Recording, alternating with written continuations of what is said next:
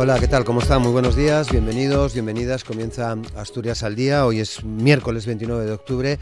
Tenemos un montón de asuntos que tratar, desde el ámbito nacional al autonómico, y lo vamos a hacer hoy con Silvia Cosío, que ya saben es columnista, escribe entre otros medios en el Diario Público. También tiene un podcast, Punto Ciego. También está con nosotros Diego Baliño, que es periodista. Y hoy tenemos al teléfono a Eduardo Bayón, politólogo. Está en Madrid, así que le saludaremos a través del teléfono. Y para hablar de asuntos, les pongo ya en antecedentes que tienen que ver, por ejemplo, con unas cuantas cosas de la política, de lo que hemos visto en estos dos primeros días de la semana, pero que podemos enlazar seguramente con cuestiones que ya tienen un tiempo. Me estoy refiriendo a la decisión de Junts per Catalunya. Ya saben que la portavoz de Junts en el Congreso de los Diputados, Míriam Nogueras, no aclaraba si su partido apoyaría una moción de censura para hacer presidente a Alberto Núñez Feijóo tras la ruptura del pasado lunes con el Partido Socialista. De hecho, decía algo así como que si el PSOE tiene cuentas pendientes, el PP repite curso. Se limitaba a decir en una entrevista en Televisión Española. Además, en ese distanciamiento con los socialistas, Nogueras ha descartado una reunión entre el presidente del gobierno, Pedro Sánchez, y el líder de Junts, Carles Puigdemont, para reconducir la situación. Esa reunión, decía la portavoz de Junts, blanquearía los incumplimientos y señalaba que están en el lado opuesto a blanquear. Menos reuniones y más cumplir con los ciudadanos de Cataluña. Lo que se ha roto, lo ha roto el Partido Socialista. Nosotros, se refiere a Junts, hemos cumplido siempre. Los que no lo han hecho han sido los socialistas. En cualquier caso, el líder de Junts ya daba el lunes por rotas las relaciones con el Partido Socialista y anunciaba que pasaban a ser la oposición al gobierno, ya que considera que no hay voluntad por parte del gobierno, de los socialistas, de ejecutar los acuerdos políticos que ambas formaciones firmaron en 2023 para investir a Pedro Sánchez como presidente. Para Feijóo, la legislatura está agotada tras este último movimiento. Decía Feijóo que Sánchez ya no tiene mucho más, que ya tiene mucho más pasado que futuro. Señalaba además que es el principal problema político que tienen los españoles y diría más, decía Feijóo, el principal problema que tiene España. Mientras tanto, el gobierno no tira la toalla con Junts y mantiene su idea de llegar a agotar la legislatura en 2027. La posición del gobierno es la mano tendida y sobre todo porque los distintos acuerdos que desde el gobierno se alcanzó con esa fuerza política, los que han dependido única y exclusivamente del gobierno, se están cumpliendo. Era la defensa que hacía la portavoz del gobierno, Pilar Alegría. Y los que no se están cumpliendo, se está trabajando para que salgan adelante, añadía también la ministra. Ese es uno de los asuntos que vamos a someter a la valoración de nuestros invitados en el día de hoy. Hay otro más. María Guardiola daba este lunes el pistoletazo de salida al próximo ciclo electoral y que desde el Partido Popular entienden como una suerte de primera vuelta antes de las elecciones generales, ya que Extremadura celebrará elecciones autonómicas el 21 de diciembre y serán las elecciones previas a los comicios que ya se aventuran para Castilla y León y Andalucía, programadas para marzo y junio del próximo año 2026. En los próximos meses se podría confirmar además si Aragón, con los presupuestos autonómicos atascados igual que Extremadura, se une a este ciclo de elecciones regionales con las que el Partido Popular pretende retar a Pedro Sánchez. Tras sacar pecho de sus años al frente de la Junta de Extremadura, María Guardiola anunciaba la convocatoria electoral tras confirmar que Partido Socialista, Vox y Unidas por Extremadura presentarían este martes, ayer, sus respectivas enmiendas a la totalidad a los presupuestos de 2025. Y otro asunto más, de hecho, la sesión de control al gobierno que acaba de comenzar en el Congreso de los Diputados se ha iniciado precisamente con un minuto de silencio por los fallecidos y las fallecidas hace un año por la Dana en Valencia. Es otro de los asuntos que queremos tratar porque el presidente de la Generalitat Valenciana, Carlos Mazón, ha confirmado que tiene intención de asistir al homenaje de Estado por las víctimas que se va a celebrar hoy miércoles con motivo del primer aniversario de esta tragedia que dejó 229 fallecidos y que estará presidido por los reyes de España. Finalmente, Mazón acudirá al homenaje a pesar de que los familiares le habían reclamado que no lo hiciera porque le acusan de ser el máximo responsable de la muerte de las víctimas de la Dana. El homenaje de Estado en memoria de las víctimas se celebrará a partir de las 6 de la tarde en el Museo de las Ciencias Príncipe Felipe en la Ciudad de las Artes y las Ciencias de Valencia. Asistirá además todo el gobierno prácticamente, con Pedro Sánchez a la cabeza. Además, también está previsto que asistan los miembros del Consejo de Gobierno de Valencia y también el líder del Partido Popular, Alberto Núñez Feijóo. Y en Asturias, también esta semana, tenemos un foco puesto en lo que pueda ocurrir en los próximos días, y en concreto el próximo viernes, cuando el gobierno ha citado a los partidos políticos, a excepción de Vox, para comenzar a hablar sobre los presupuestos de la comunidad autónoma, los presupuestos del Principado del año 2026. Son los asuntos que vamos a tratar en el programa de hoy, ya les digo, con Silvia Cosío, con Diego Baliño y con Eduardo Bayón. Asturias al día, con Roberto Pato. Y con Amor Argüelles en el control de sonido, saludamos a Silvia Cosío. ¿Qué tal, Silvia? ¿Cómo estás? Buenos días. Hola, buenas. Bueno, intenso programa viene hoy, tanta Silvia. Intensidad ya me provoca hasta pereza. No. Diego Baliño, ¿qué tal? ¿Cómo estás? Buenos días. ¿Qué tal, Roberto? Muy buenos días. Muchas gracias. Y Eduardo Bayón, que está al teléfono. Eduardo, ¿qué tal? ¿Cómo estás? Buenos días. Hola, buenos días.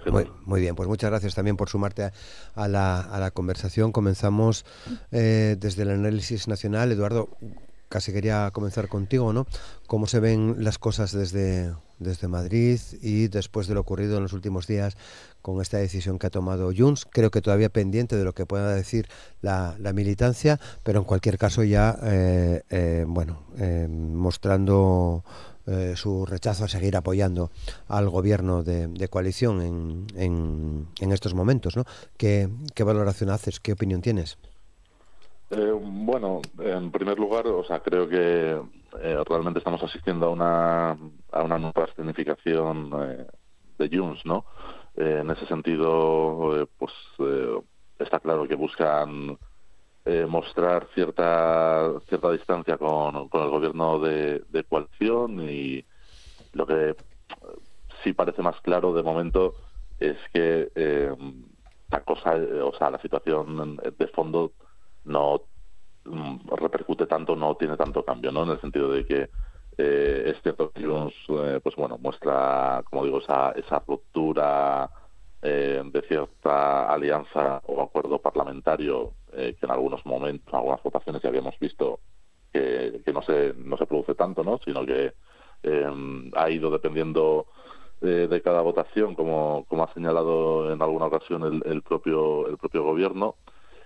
Pero creo que más allá de esa escenificación y volver a poner sobre la mesa las diferentes mayorías que existen, a lo que iba también es que evidentemente, más allá de intentar demostrar o volver a mostrar que el gobierno está en una situación de minoría en el Parlamento, y que, como digo, en el día a día depende casi del tema que se trate en cada votación.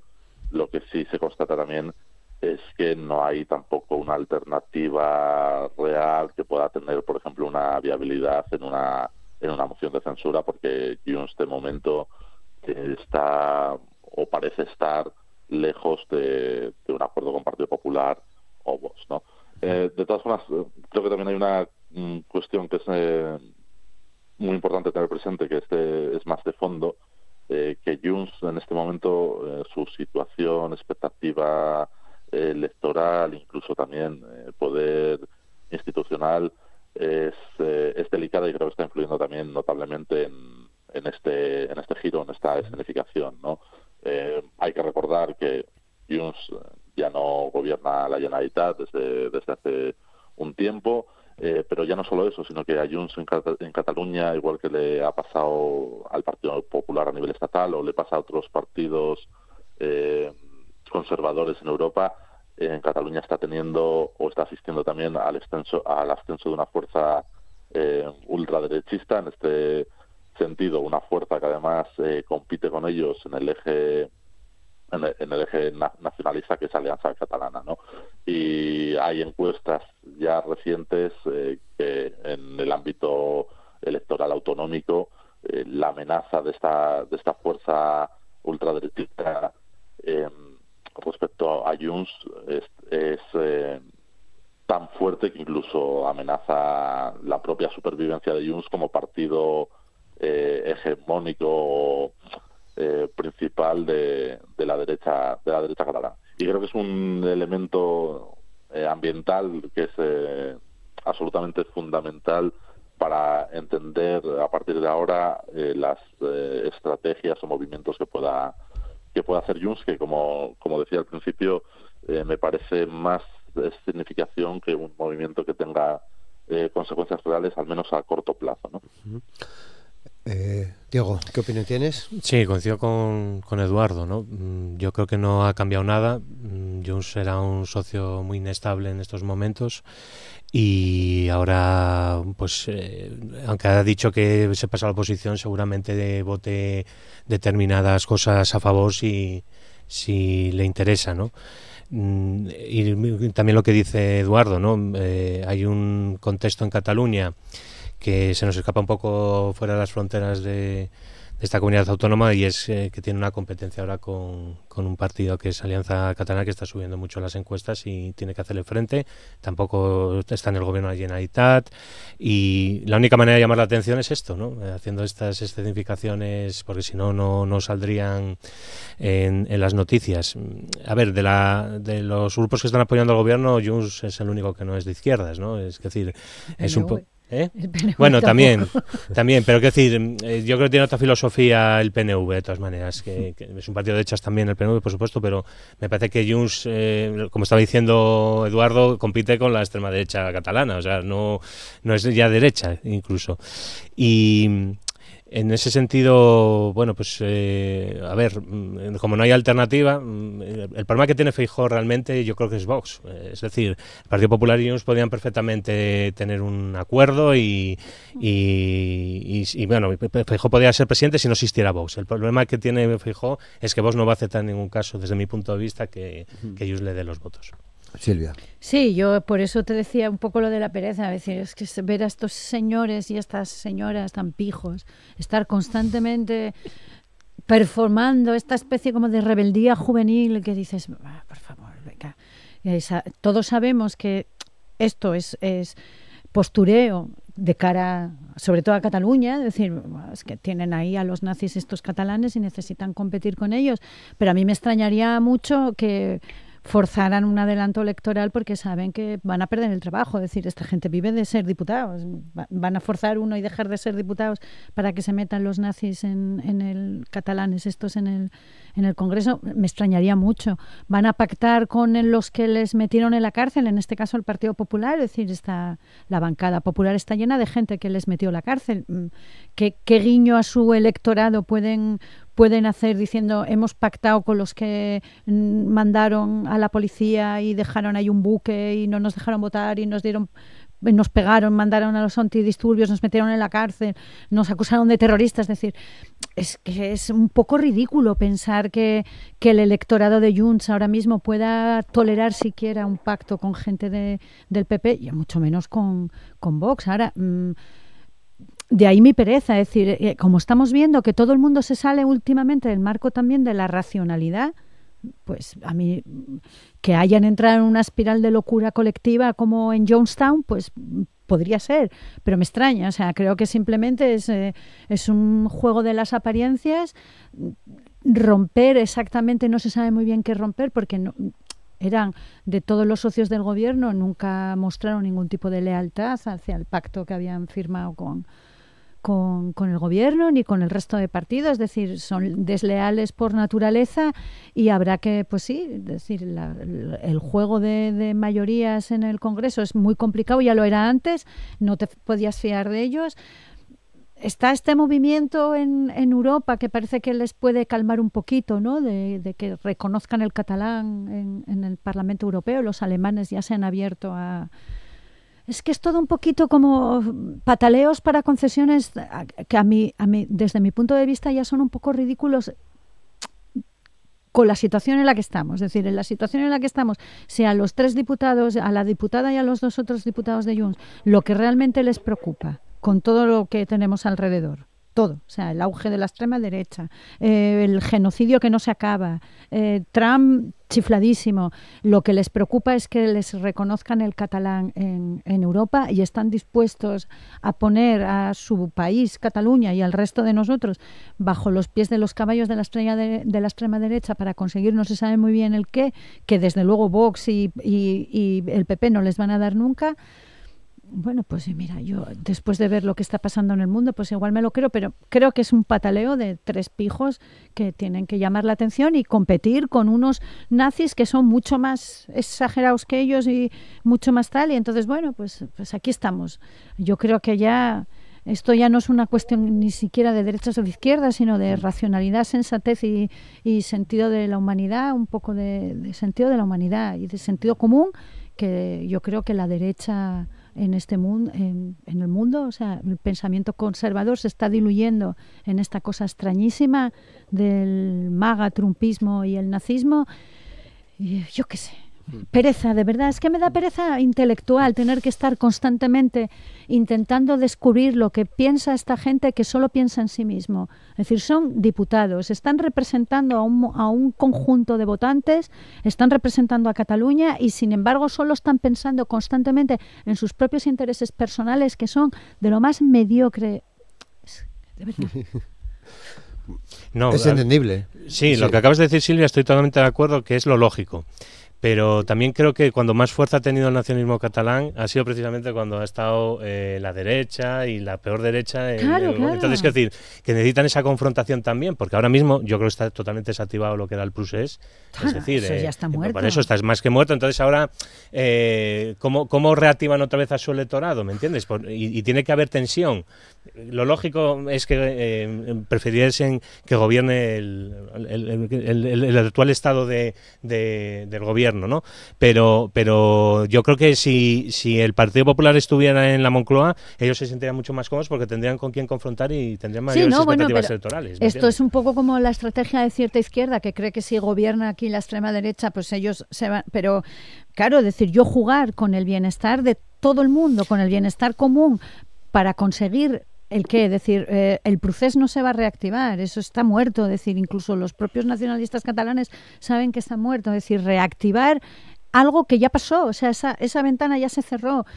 Si en algún momento se vuelve a abrir en Cataluña una discusión seria, política seria, común, o sea, no una tontería, sino algo serio como empezó siendo el procés y luego derivó en esta charlotada que acabó siendo de declaro la independencia, pero no la declaro, que duró como 3 segundos. Es decir, si alguna vez se vuelve a abrir un proceso, que yo creo que es legítimo en cualquier lugar que se abra un proceso de queremos formar parte de otra, que se abra, pero así, con esta señora de la melena y los otros 2 compinches que todavía no han abierto la boca, el que vive en Bruselas exiliado, en fin, por favor, es que de verdad es que es un poco charlotada todo esto ya.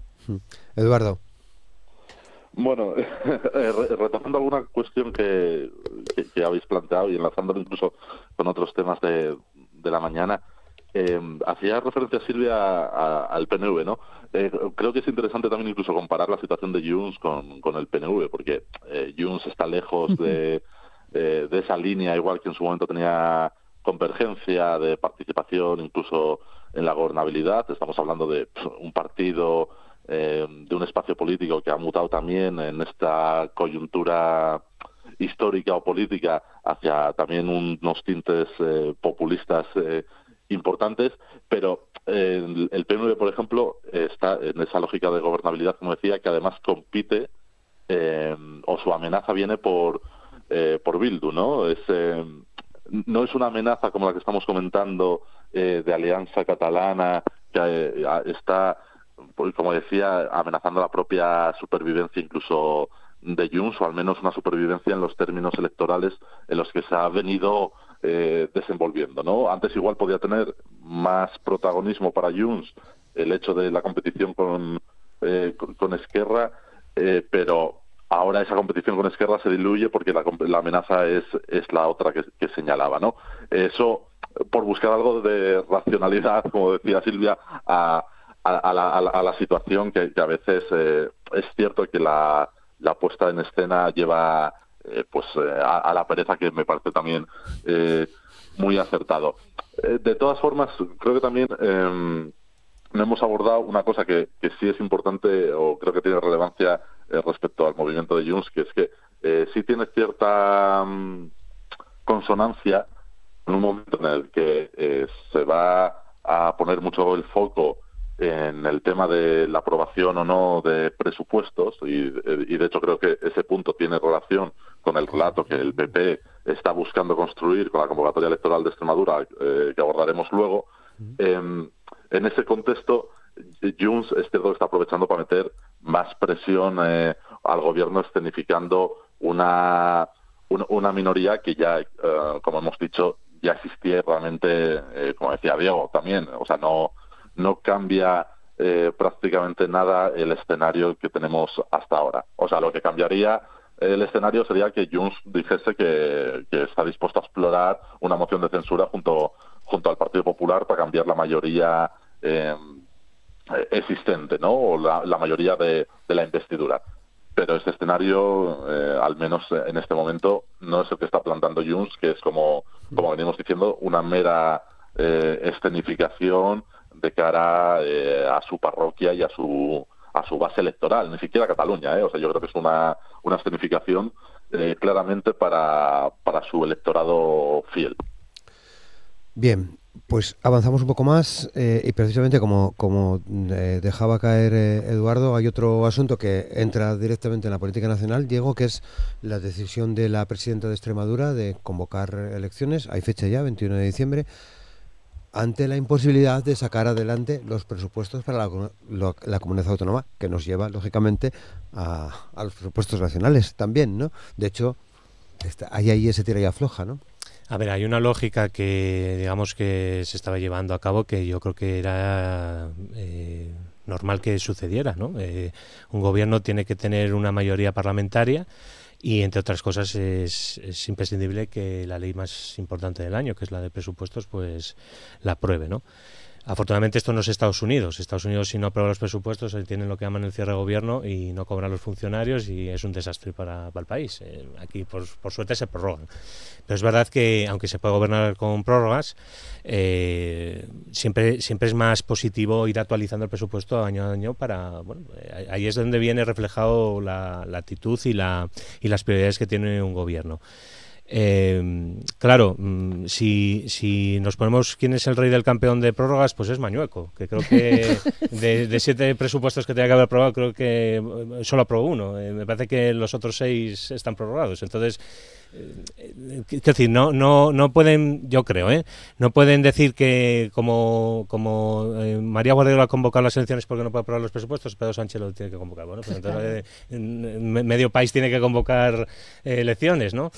Y en ese sentido sí que bueno, yo no sé si entiendo que cuando adelantas las elecciones es que tienes unas expectativas también buenas, salvo aquí cascos acordados que yo recuerdo también lo de Andalucía y Susana Díaz, que también ella se vio ahí y, en fin, decir, a veces que yo creo que el órdago está bien hecho, pero bueno, a veces los órdagos también salen mal, Sí, además Extremadura, bueno, es un feudo socialista y digamos que el PSOE ganó las elecciones.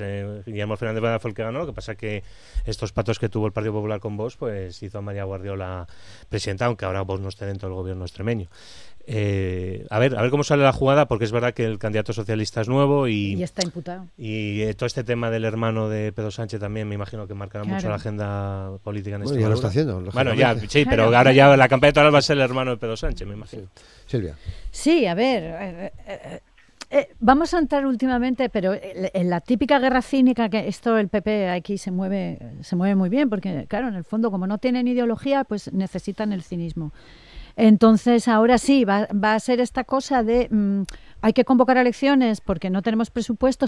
Está por ver cuántos varones del PP van a caer en esa trampa, porque a Guardiola, digamos que le viene bien ahora el recorrido de las aguas, porque tiene al PSOE completamente metido en un buen lío. O sea, ni primarias han tenido que presentar a este señor, o sea, les ha pillado a destiempo.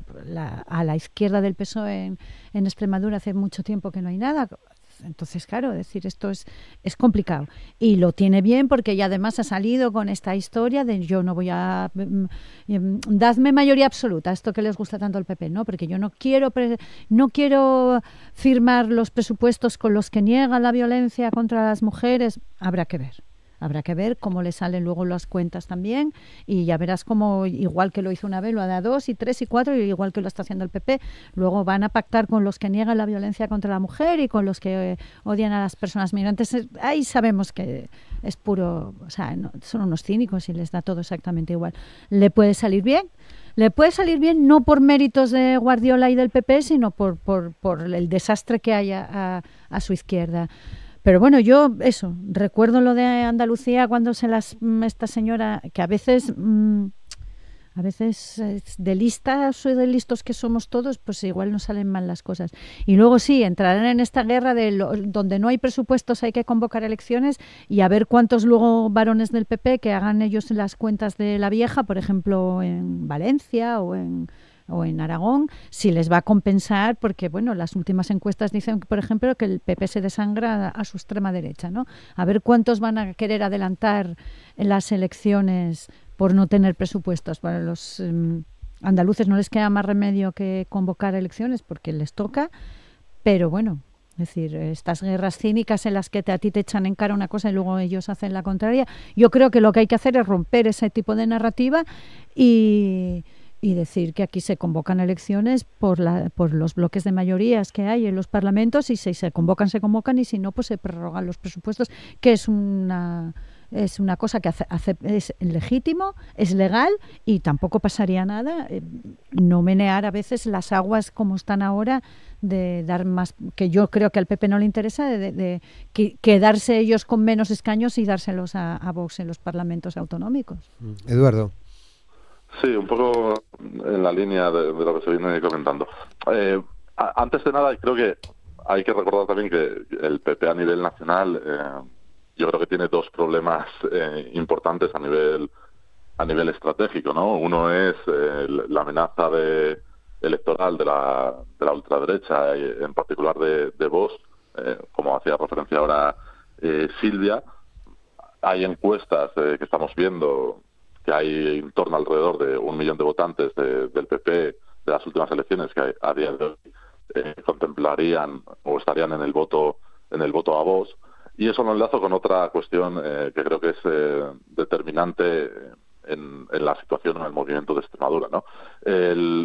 Génova 13, la dirección de Feijóo, realmente viene desde que no consiguiese el gobierno en 2023, viene intentando establecer un relato y un marco de cambio de ciclo, de fin de la etapa de Sánchez, etcétera. Ese relato, que además parece que en el último congreso intentaron diseñar casi como una operación relámpago con perfiles como Tellado o Esther Muñoz, no se cumple. Choca constantemente con la realidad. A lo que iba es que el Partido Popular necesita reforzar esa narrativa con victorias electorales autonómicas. Tocaba Castilla y León y Andalucía, pero parece que la cosa en Castilla y León y en Andalucía ya no pinta tan bien, o la expectativa del Partido Popular no es tan buena como igual se pensaban que podría ser. En Castilla y León por la gestión de los incendios, que además estará acompañada de un ascenso de Vox y por lo tanto ese problema a nivel nacional puede retroalimentarse, y en Andalucía con la situación y el malestar relacionado con la sanidad que está habiendo. En ese sentido, creo que en Extremadura han visto una oportunidad, entre otras cosas, porque tienen una presidenta candidata menos desgastada de lo que pueda estar Mañueco, por ejemplo, y creo que lo que ha buscado el Partido Popular es ese movimiento que además, como venimos también comentando, coincide con ese relato de que para gobernar hay que tener presupuestos, y como ya señalaban mis compañeros de mesa, habrá que ver también si ese relato es coherente con otras comunidades autónomas como la misma Aragón. Pero bueno, en definitiva lo que creo es que el Partido Popular está buscando reforzar esos dos relatos, ¿no? El tema presupuestario como necesidad para gobernar, y el tema de un cambio de ciclo, en el sentido de que lo que toca ahora son son victorias del Partido Popular. Pero como bien decía también Silvia, los órdagos a veces pueden salir regular. Es cierto que el escenario y las expectativas electorales es que el Partido Popular puede ganar las elecciones en Extremadura, pero que en cualquier caso también va a necesitar a Vox para volver a gobernar. Y si el resultado de Vox igual es mejor que el de las últimas elecciones, las negociaciones pueden igual dificultarse más teniendo en cuenta el contexto estatal en el que estamos. En definitiva, creo que las lógicas las entendemos, ya las tenemos presentes. Habrá que ver qué pasa con el resultado electoral, que por cierto, en otros momentos se ha criticado bastante las fechas de las elecciones. Estas no hay que olvidar que van a ser en víspera de Navidad, ¿no? Del sorteo de la lotería. En concreto, el 22 de diciembre, ¿no? A ver si les toca el gordo al PSOE. Resulta que se queda. Porque, ojo, no había reparado en ello. Hasta ayer que algún comentarista en alguna información aparecía, ¿no? Que yo creo que estamos minusvalorando, es demasiado pronto para mí, la capacidad que tiene Pedro Sánchez, incluida hacia mí, de presentarse él en físico, en el plano físico real, material, en el que casi lo puedes tocar, oler y ver en persona, y mover un montón de votos. Yo lo digo porque yo nunca he votado a Pedro Sánchez, pero yo que tuve que cubrir un par de mítines electorales del PSOE y pasó a mi lado, tengo que decir que en ese momento, si hubiera pasado a mi lado Capitán América, creo que me hubieras citado menos. Si hubiera pasado Pedro Pascal, creo que hubieran estado empatados. Sí, en ese sentido también, por añadir algo, y estamos hablando de relatos, podría darse un escenario en el que la lista más votada no gobernase por mayorías parlamentarias, lo cual también creo que no se puede obviar. No, claro, y ese es el sistema que tenemos, ¿no? Claro. Sí, a ver, es presidente del gobierno no solo porque quiera, sino porque ganó pues una votación y porque pudo, punto. Bien, bueno, veremos a ver qué ocurre en el resto de comunidades autónomas después de la decisión que ha tomado la presidenta de Extremadura. Y bueno, quería pediros una opinión también en torno a lo que es el tema del día. Hace un año estábamos hablando de la Dana, de las consecuencias de la Dana. Llevamos un año escuchando muchas cosas en relación a lo ocurrido en Valencia. Ya comentamos que hoy está previsto el funeral de Estado a partir de las 6 de la tarde. Veremos a ver qué ocurre en el futuro, porque llevamos un año despertándonos con cuestiones que a veces no dejan de llamar la atención, ¿no? Y de las informaciones que están apareciendo. En cualquier caso, vamos al terreno de esas opiniones. Silvia, un día, en principio, comenzaban en el Congreso precisamente con ese minuto de silencio para recordar a las víctimas y apoyar a las familias, que parece oportuno que se haga así, ¿no? Sí, es que es terrible, quiero decir. Murieron 237 personas, es el cómputo creo que se tiene ahora, porque están apareciendo, de hecho el otro día, por desgracia, todavía apareció el cuerpo de una persona desaparecida. Es decir, murieron 237 personas y no debería de haber muerto ninguna. Eso para empezar, es decir, que es una cosa que cuando hablamos es el aniversario de la Dana y deberíamos de recordar, no debería de haber muerto ninguna, porque los organismos encargados de avisar a la comunidad valenciana de lo que se les venía encima, lo hicieron correctamente. O sea, se sabía que lo que venía era muy grave. Un año después de la Dana, de lo que deberíamos de estar hablando es de las consecuencias que va a tener en nuestras vidas el cambio climático, que es real. Y sin embargo, estamos llorando más de 200 personas muertas que deberían de estar vivas, a las que se les debería de haber salvado la vida, se les debería haber avisado, y se pudo haber hecho y no se hizo. Tenemos a un presidente mazón que sigue en su puesto después de saberse que estaba ilocalizable el día de la Dana, que hizo todo lo posible para que no se mandara el aviso, porque no sabemos lo que estaba haciendo, ni con quién estaba haciendo, ni por qué lo estaba haciendo y por qué no estaba donde estaba. No sabemos por qué no se dio el aviso a tiempo. No sabemos por qué sigue gobernando. ¿Por qué su propio partido no le ha obligado a dimitir? Tiene más de 200 personas muertas a su cargo. Es el responsable directo de las vidas de esas personas, de las vidas destrozadas en la riada. Aquí hay gente que no tiene casa, los pueblos están sin reconstruir. Hay más de 2.000 millones que se les dio generosamente porque había que dárselos para reconstruir las zonas afectadas y no se han invertido. Tenemos a un ex general dirigiendo no se sabe muy bien qué y avisando cada poco de lo poco que le gusta la democracia. O sea, tenemos aquí a un ex general, no sé, paseándose como si esto fuera 1945. Y ahora va a un funeral de Estado una persona a la que las familias de las víctimas, que son a las que hay que escuchar, le han dicho que por favor no vaya. Es todo tan inmoral, que si lo viéramos en una película estaríamos tirando palomitas contra la sala de cine, es decir, es que parece de película mala, es decir, es que es como un malo de película, esto es ridículo. Y es que es terrible, o sea, es que tú imagínate, 237 personas muertas que no tenían que estar muertas. Y ese es de lo que deberíamos de estar hablando constantemente, que no se nos olvide.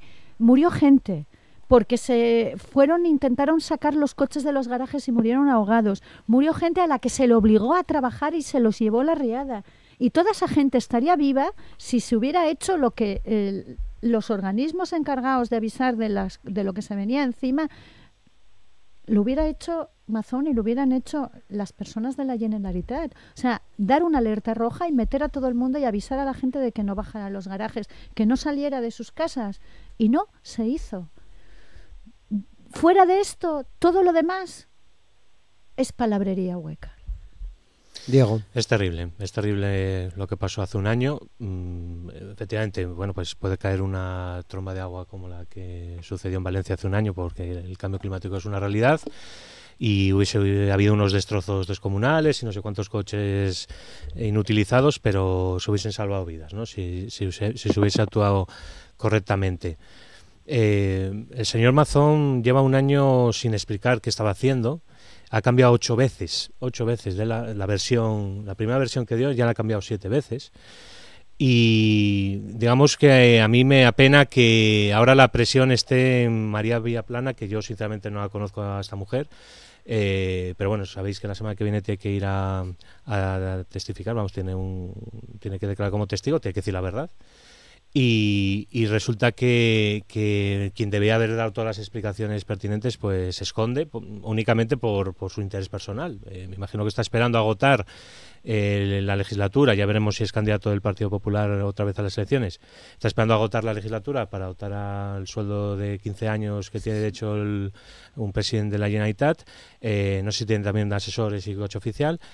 Y bueno, viendo que su interés es únicamente personal, pues por eso se queda en este cargo. Pero bueno, sí, hubo un precedente, ¿no? con Camps, cuando Mariano Rajoy le dijo que se tenía que largar. Es decir, el presidente del Partido Popular, Feijóo, le podía decir que el partido ya no le apoya y que bueno, que en fin, que es evidente que él es el responsable. Hubo una negligencia suya demostrable. De todas maneras, antes que hablamos también de los relatos, esto a veces es complicado explicárselo a la ciudadanía. Yo en otras tertulias que también participo, también me han insistido otros tertulianos que Pedro Sánchez podía haber hecho más cosas, que esto se podía haber declarado una emergencia nacional. Y es verdad que yo también en alguna comida con algunos amigos hablando de este tema, todo el mundo te dice que Mazón es un impresentable, pero que Pedro Sánchez podía haber hecho algo más, ¿no? Entonces es muy difícil explicar a la gente lo de las competencias, y lo decía la delegada del Gobierno en la Comunidad Valenciana estos días, Pilar Bernabé, que el 80% de las veces se ha tenido que encargar a desmontar bulos de la propia Generalitat Valenciana. Esto es lo que hemos tenido en este año, ¿no? Y bueno, claro, yo creo que esta tarde, en este funeral de Estado, pues va a ser horrible para las familias ver a Carlos Mazón. Obviamente el presidente de la Generalitat, como cargo institucional, entiendo que tenga que estar ahí, pero el problema es que no tiene que ser Carlos Mazón el presidente de la Generalitat. Eso es lo evidente. Eduardo. Bueno, en línea o retomando lo que decía Diego, esto último de las responsabilidades, es cierto que existe una realidad también que hay un problema por parte de la ciudadanía en cuanto a ubicar las competencias de los diferentes niveles territoriales, ¿no? Pero también por añadir una cuestión que es relevante en esos debates que comentaba Diego de lo que podría haber hecho el gobierno, la intervención que tendría que haber hecho el gobierno en cuanto a competencias, conviene recordar que cuando el confinamiento de la pandemia de la COVID se judicializó algunas de las medidas, y hay una sentencia del Tribunal Supremo que vino a declarar ilegal el estado de alarma, el confinamiento, sí, el estado de alarma. Entonces, ese precedente creo que no se puede pasar tampoco por alto en esa cuestión, pero que en cualquier caso sí refleja también un contexto de desafección política e institucional importante. O sea, lo hemos visto en Valencia, lo hemos visto en verano en León con los incendios, dos comunidades, como venimos comentando, gobernadas por el Partido Popular, y bueno, es un tema que también es absolutamente inherente a esta situación, que como bien ya comentaban mis dos compañeros, ya resulta absolutamente obscena, ¿no? Ya no es solo que no es precisamente poco lo que se vivió en Valencia hace un año con la muerte de más de 200 personas, sino que estamos asistiendo de forma continuada pues a cambios de versión y a constatación de que en la gestión del desastre de la Dana se ha mentido de forma recurrente y se están eludiendo evidentemente responsabilidades políticas, ¿no? La situación de Mazón creo que es absolutamente insostenible, creo que es contraproducente no solo para las propias instituciones, por lo que comentaba de la desafección, sino para los propios acontecimientos que estamos mismamente viviendo estos días. Es el aniversario, hay actos institucionales, de Estado, y estamos asistiendo nuevamente al malestar de las víctimas y de la población en general en Valencia respecto a la permanencia de Mazón en su puesto, ¿no? Así que, bueno, el desgaste creo que es considerable. Creo que el Partido Popular también lo está empezando a pagar, ¿no? Incluso creo que es destacable en este sentido que un diario como ABC, con la línea editorial que puede tener ABC más próxima en muchos momentos al Partido Popular, haya hecho esta semana una portada del descalabro en las encuestas del PP en Valencia, con la insistencia de que Mazón permanezca en su puesto, y como decía, bueno, en definitiva me parece entre lo obsceno y lo insostenible la situación. No es para sacar otro tema, pero me llama la atención algo que decís, que es que mayoritariamente no conocemos cómo funciona nuestro sistema. A mí las competencias no sabemos me llama un poco la atención porque llevamos unos cuantos años ya de democracia, ¿no? Para saber en qué estado vivimos, en qué sistema tenemos, ¿no? Sí, pero del que decimos, del que nos hemos dotado. Que recurres constantemente, es decir, creo que se aprendió un poco más en torno a las competencias de sanidad en el tema de la pandemia, porque ahí yo creo que la ciudadanía vimos las diferencias que había a la hora de gestionar, es decir, sobre todo lo de Madrid, ¿no? Es decir, como estaban, pues, venga, todos abiertos, a la calle, todo, venga. Y en otras comunidades veíamos que se estaban tomando otras medidas. Pero hay una confusión enorme en torno a quién tiene el mando, por ejemplo, de las emergencias, y se confunde a veces las emergencias con el ejército, y se confunde la delegación del gobierno con una consejería. Es decir, se ha hecho poca pedagogía, probablemente se ha hecho poca pedagogía. Yo es que, mira, tengo ya una edad, como todo el mundo tiene una edad, bueno, claro, si no tuviera una edad pues estaría muerta, pero yo me acuerdo la que se montó aquí en este país con aquella famosa asignatura de Zapatero de Educación para la Ciudadanía, que en el fondo era explicar un poco cómo funciona, pero claro, la derecha se puso claro, porque a la derecha le compensa que la gente no sepa, ¿no? Entonces, cuando hay un problema, pues la culpa de ellos echan la culpa al gobierno, y si la gente no sabe, pues es más fácil que se lo crean y que ellos no tengan responsabilidad. Entonces, están gobernando las comunidades autónomas, pero por lo visto no tienen responsabilidad en nada. Se quema todo León, pero la culpa, por lo visto, es de Pedro Sánchez. O sea, a ellos les compensa esto. Y claro, cuanto más iletrados seamos todos, pues mejor les irá. Pero yo creo que estas cosas se siguen explicando, ¿eh? O sea, Sí, también no, te digo yo que en los es que nos viene muy bien que esté Eduardo. Por eso te porque... digo que los institutos estos se explican, Claro. tienen asignaturas y se explica, es decir, explican.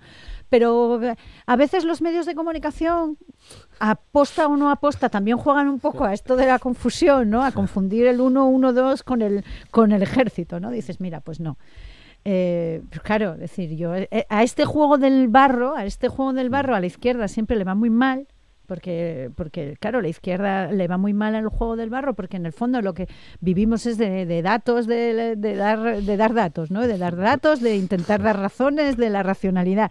Y a la derecha esta que tenemos en España, pues como se la sopla todo, pues cuanto más barro, y siento, vaya, es un poco de mal gusto este ejemplo, pero cuanto más esté todo sucio, más esté confuso, pues a ellos mejor. Bien. Porque así no tienen la culpa de nada nunca. Eduardo, porque tú das clase en universidad, no sé si tus alumnos tienen también los mismos problemas. Bueno, sí existe esa problemática. O sea, no es tanto de conocimiento de competencias, que bueno, en esencia viene a ser un poco lo mismo, ¿no? Sí. Pero sí es un problema de atribución de responsabilidades de las políticas públicas, que además tiene consecuencias pues mismamente en el comportamiento electoral. Y un poco en línea de lo que comentaba Silvia, también existe, y no se puede pasar por alto, un juego importante de los propios gobiernos y partidos, ¿no? En un sentido de eximir responsabilidades, jugando en el eje, por ejemplo, abajo arriba, ¿no? Y yo hoy estoy en Madrid es habitual ver al gobierno de la comunidad en muchos asuntos que puedan ser de su competencia, echar balones fuera y atribuir la responsabilidad al gobierno central. Igual que en otras ocasiones pasa con los gobiernos estatales de los países cuando eximen responsabilidades en la Unión Europea, ¿no? Pero bueno, retomando el foco principal, sí hay un problema, una dificultad importante para señalar o identificar las responsabilidades administrativas de las políticas públicas. Bien, nos queda un tema. No, solo un detalle que se me olvidó decir antes de que Mazón siga en la presidencia de la Generalitat, el aforamiento, que se me olvidaba antes. Hombre, claro. Porque el momento en el que deja de ser diputado, pues la jueza instructora de Catarroja le imputaría. Que le tiene... Y ya lo tiene rodeado. Lo que pasa es que no lo puede imputar porque, claro, es aforado. Bueno, lo dicho, que nos quedan pocos minutos. Quería pediros una opinión más en torno a este ciclo que se abre en Asturias el viernes. El gobierno ha citado a los partidos políticos para hablar de los presupuestos del próximo año, a excepción de Vox. Empiezan las reuniones el próximo viernes. ¿Cómo lo veis vosotros, Diego? Bueno, a ver, Adrián Barbón hasta la fecha pues ha aprobado todos los presupuestos y me imagino que se irá con esa... Bueno, el interés desde luego lo tiene, pero quiero decir que espero que siga teniendo esa suerte. Por lo que decía antes, la lógica es que un gobierno apruebe los presupuestos. Otra cosa es que no es imposible gobernar sin presupuestos porque se prorrogan, ¿no? Pero bueno, siempre es más recomendable tener los presupuestos actualizados porque ahí es donde marcas tus líneas políticas y se entiende que es la manera de que luego puedas ejecutar los proyectos. Las expectativas entiendo que son buenas de momento. Veremos ahora en el marco de la negociación lo que se da, pero bueno, Adrián Barbón yo creo que sí que es un ejemplo, ¿no? de político que ha conseguido, desde que es presidente del Principado, aprobar todos los presupuestos. Bueno, depende de Coba o Tomé. Sí, pero bueno, Coba sabe... Oye, hablamos de Coba, ¿cómo se nota que la conocemos? Tú, Adrián, yo, Coba. Adrián Coba. Qué pequeño y Asturias, en fin. Me costaba decirlo de Barbón, estaba Adrián y Barbón. Es que esto es muy pequeño. No, yo creo que Covadonga Tomé... tiene margen para pedir cosas, porque, a ver, es el voto decisivo, pero ella también sabe que no tiene margen para para negar unos presupuestos ahora mismo, tal y como está la situación, no solo en Asturias, sino decir... esto que nos gustaría pensar, ¿no? El gobierno de Asturias y las cosas del Parlamentín se hacen mirando solo para Asturias. Bueno, sí, para Asturias y también a la situación Siempre nacional. hay una mirada un poco más larga, Claro, ¿no? porque tienes que tener la mirada un poco más larga, porque además es normal, porque vivimos también, el sistema está hecho así, decir, Asturias, como no me hicieron caso, no es independiente, pues también dependemos de Madrid. Pero lo que decía, o sea, Covadonga tiene margen, un buen margen para pedir... sacarle compromisos a la izquierda, al gobierno, que no hay que olvidar que ya está gobernando en coalición con Izquierda Unida y con la gente de... Ay, se me olvidó. Mira que son amigos míos todos. Bueno, De Más País. eso, de Más País. Perdón. Siabel, perdón. Pero no tiene margen para ser, va a ser Covadonga Tomé la que le diga desde a la izquierda que no va a dar presupuestos a Asturias para darle una victoria al bloque PP Foro Vox. No, pues claro que tendremos presupuestos. Diego. Sí, lo que decía, que yo creo que los precedentes son buenos y lo deseable es que se saquen los presupuestos adelante. Lo que no desconozco si va a haber mucho rifirrafe, eso Sí, habrá, no tengo ni idea, claro, tendrá, pero bueno, yo creo que al final lo sabrá, hombre, hay una mayoría de diputados de izquierdas. Eduardo. En la línea, ¿no? Estamos en Asturias con una mayoría parlamentaria relativamente estable y la expectativa es que parece impensable que no haya presupuestos con esa mayoría, ¿no? Además, teniendo en cuenta que todavía queda queda un año y medio para que haya elecciones nuevamente, ¿no? No estamos en un contexto preelectoral, así que como bien estabais apuntando, los presupuestos en Asturias los habrá, más allá de que cada partido pueda vender sus logros como suele ser habitual, ¿no? Bueno, pues lo veremos, ¿no? A ver cómo viene, porque algún día habrá, seguramente, ¿no? ¿El qué? Digo yo. ¿Elecciones? No, elecciones no, pero mira, no, por favor, es que las elecciones a mí me vienen muy mal para el cutis, yo necesito tranquilidad. Muy bien. A mí sinceramente me gustan mucho las elecciones, pero bueno, tocan cuando tocan, ¿eh? Eso, yo soy de los que defiendo que tiene que cumplirse las legislaturas al completo. Claro. Sí, bueno, eso daría para otra reflexión también, hasta qué punto es sostenible estar en un ciclo electoral permanente. Bueno, Cataluña lo fue, acuérdate, ¿no? Eduardo. Sí. Cataluña... Mira cómo acabaron, chiflados. Mira cómo acabaron. Bueno, en fin, que veremos a ver cómo van evolucionando todas estas cosas y tendremos seguro ocasión de volver a charlar. Hoy lo dejamos aquí. Eduardo Bayón, politólogo, muchas gracias por compartir con nosotros esta conversación, este espacio. Muchas gracias. Buen día. Gracias a vosotros, un placer. Silvia Cosío, lo mismo te digo, muchas gracias por estar una vez más con nosotros. Y buen Halloween. Y buen Halloween, que está ahí ya. ¿Habéis visto un anuncio, una publicidad de Irlanda? Sí. Vale. Llamativa y guapa, bien hecha, ¿no? Qué guapo, Diego. Bien. Y Diego Bariño, muchas gracias. Gracias a ti, Roberto, por la invitación. Y sí que me gustaría mandar un abrazo y un fuerte beso a los familiares de Mercedes González, que falleció ayer. Compañero nuestro compañero Pedro Menéndez. Muchas gracias. Muchas gracias, Diego. Y a todos ustedes también muchas gracias por estar un día más con nosotros. Buen día.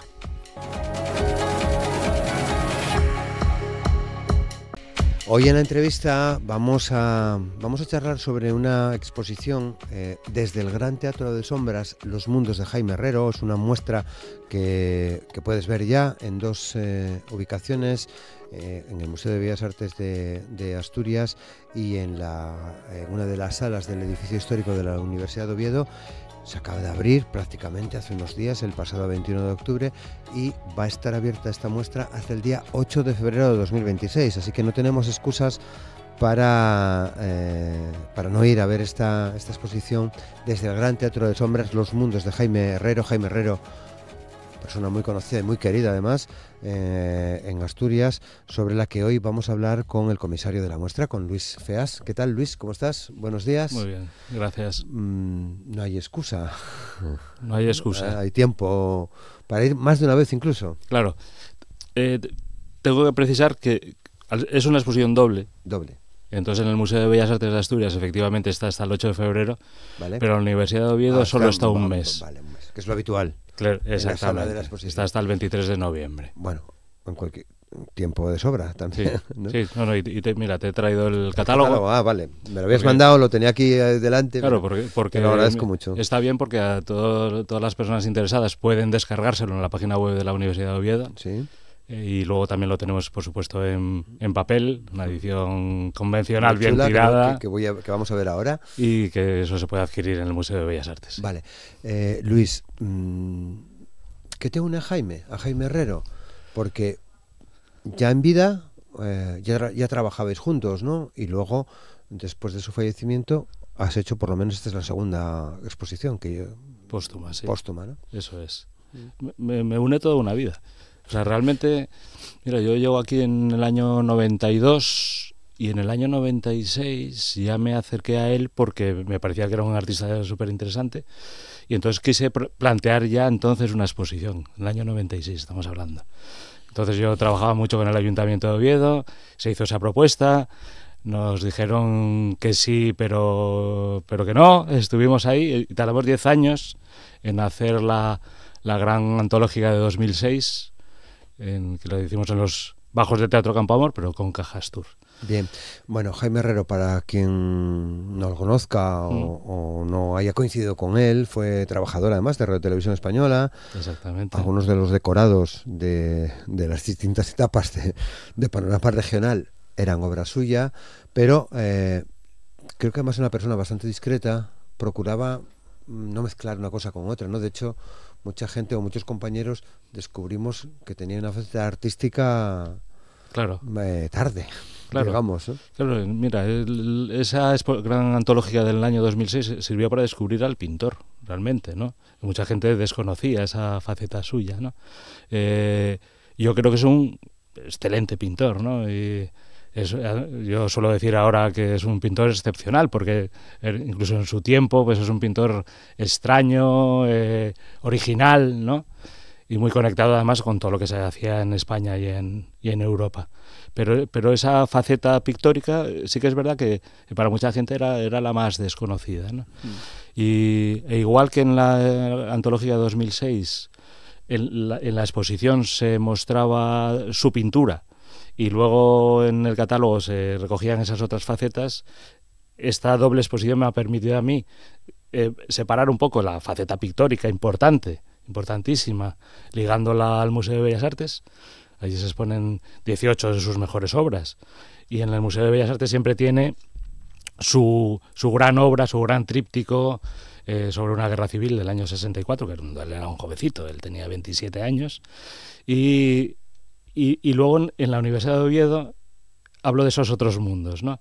Lo ligo a la universidad, lo ligo a personajes insignes como Clarín, con el que estaba muy vinculado y muy unido en su forma de trabajar incluso, y luego se muestran esas otras facetas de ilustrador, de dibujante, relacionado pues con épocas importantes de estampa popular, con revistas como Triunfo, Asturias Semanal, Los Cuadernos del Norte de su amigo Juan Cueto y Evaristo Arce, esos otros mundos, su vinculación con Tribuna Ciudadana, esa contribución que hace él siempre a la cultura, fundamentalmente de Oviedo, pero no solo de Oviedo, por ejemplo, también al Festival de Cine de Gijón. Todo eso es lo que se muestra en la universidad. Qué bien.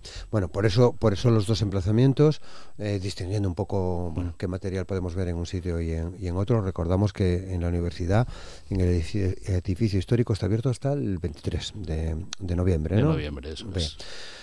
Claro, llevas un tiempo trabajando en cómo montar esta exposición, ¿no? ¿Cómo fue todo ese proceso hasta llegar a lo que vemos hoy en la universidad y en el Bellas Artes? Ha sido un proceso sencillo en el sentido de que, por ejemplo, yo he tenido la libertad total por parte de la familia del artista.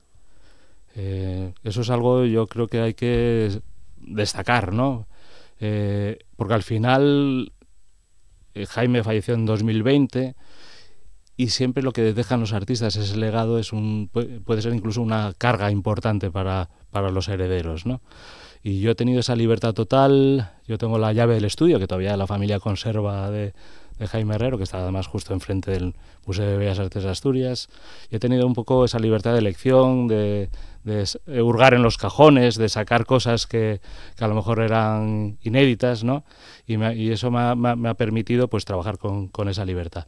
Y luego también me ha permitido la libertad de trabajar con Laura Baños, la conservadora del Museo de Bellas Artes de Asturias, que ha sido un poco la coordinadora de la exposición, y que me ha dejado también libertad total, ¿no? Entonces yo he trabajado muy cómodamente, fácil, ¿no? ha sido sencillo, y el texto introductorio, en la presentación, en los textos en vinilo de las salas y demás, pues me permito decir palabrotas, ¿no?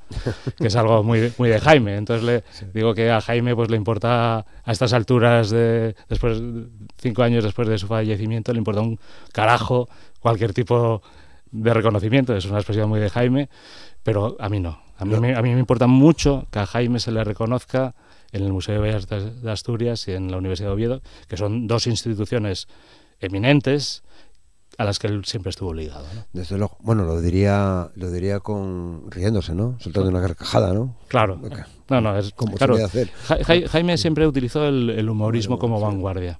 Él era muy de ese humorismo absurdo de posguerra que él conoció en el Café Varela de Madrid, de la mano de su padre, y entonces ese mundo de Jaime irónico, guasón, está muy presente en la exposición. Sí. Claro, qué bueno lo del humor, ¿no? Ahora se echa un poco en falta, ¿no? Se echa mucho en falta. Un humor inteligente, ¿no? Sí, yo he podido constatar haciendo la exposición y planteando un poco el texto del catálogo que ese humor, a pesar de todo, incomoda, ¿no? Sí, claro. Entonces yo he hecho un paralelismo con Clarín. Él es el intérprete. Hemos rescatado los dos grandes lienzos que tiene Caja Astur de los antiguos cines Clarín, que muestran las claves de la vida secreta de Clarín. Él ilustró con dibujos sobre Clarín Oviedo y los obetenses de Evaristo Arce, el libro de Oviedo, también coordinado por Evaristo Arce, los cuadernos del norte, el número que se dedicó específicamente a Clarín. Él tuvo una serie de dibujos que abarcaba toda su trayectoria, que se llamaba La Crónica Negra. Y entonces, a pesar de que tenía una ironía evidente y un buen humor, y yo creo que gracia, pues eso yo he podido comprobar que incomoda, ¿no? Como incomoda el propio humor de Clarín, ¿no? Entonces yo creo que esa identificación que tuvo Jaime con Clarín, pues les ha costado en una ciudad que yo siempre digo que es un poco madrastra con sus hijos adoptivos, ¿no? Pues ya sabes que a Clarín lo nacieron en Zamora y a Jaime Herrero lo nacieron en Gijón. Bien, bueno, el catálogo viene súper completo, ¿no? El catálogo es muy completo. Muy bien. Y esta vez en la propia doble exposición hemos podido recogerlo todo. Sí. Igual que en la de 2006 solo mostrábamos la pintura y en el catálogo recogíamos lo demás, aquí todo lo que viene en el catálogo está expuesto. Claro, ¿cómo definimos la obra de Jaime, la obra pictórica? A mí me gusta mucho una expresión de Juan Cueto, cuando decía de su amigo Jaime, al que admiraba, decía de él que era el sincronizador. Y Jaime siempre estaba al corriente de lo que sucedía afuera y ponía al corriente a sus paisanos y a sus amigos de todo lo que estaba ocurriendo afuera, ¿no? Y entonces hacer el recorrido de la obra de Jaime permite ver lo que se estaba haciendo en cada momento. Y entonces igual que en los años 60 hace un expresionismo visceral que lo relaciona, por ejemplo, con grupos de entonces, como el grupo Cobra o el Fregadero británico, por ejemplo. Pues luego en los 70 hace un tipo de monstruos, engendros que tienen que ver con eso que se llamó la nueva figuración de los 70. En los 80 es un pintor de los esquizos madrileños, casi parece, ¿no? Con ese, recupera el color, es mucho más simbolista, es mucho más alegre, pero contando cosas desde también un poco a veces desde el absurdo o autorretratándose como un palo seco, ¿no? Y luego al final del todo, en una serie que pudimos exponer en Salamanca, y luego hicimos el recorrido por Castilla y León, llevamos a Madrid y que no habíamos podido mostrar aquí en Oviedo más que póstumamente, ¿no? Que se llama Los Refugios, pues él vuelve al negro. Y el negro es un poco claro, incluso hasta la familia me decía, ¿no? Era un poco triste, un poco no sé qué, pero era Jaime. Jaime era un pintor expresionista, lo fue siempre. Yo siempre suelo decir que los artistas si son sinceros, son como lo que hacen, ¿no? Jaime era un expresionista de forma de ser también. Tenía esa expresividad rabiosa, sí, que todo el mundo le conocía, a pesar del humor, a pesar de su carácter así también guasón. Tenía un punto de timidez, yo creo que también, ¿no? Evidente. Y eso también lo he ido comprobando a lo largo, bueno, preparando esta exposición, que realmente él está donde tiene que estar. Ya digo que colabora con Triunfo, que era la gran revista de los 60 española. Colabora con los Cuadernos del Norte, con Asturias Semanal. Está metido en Tribuna Ciudadana, pero siempre lo hace como compañero de viaje, desde atrás, ¿no?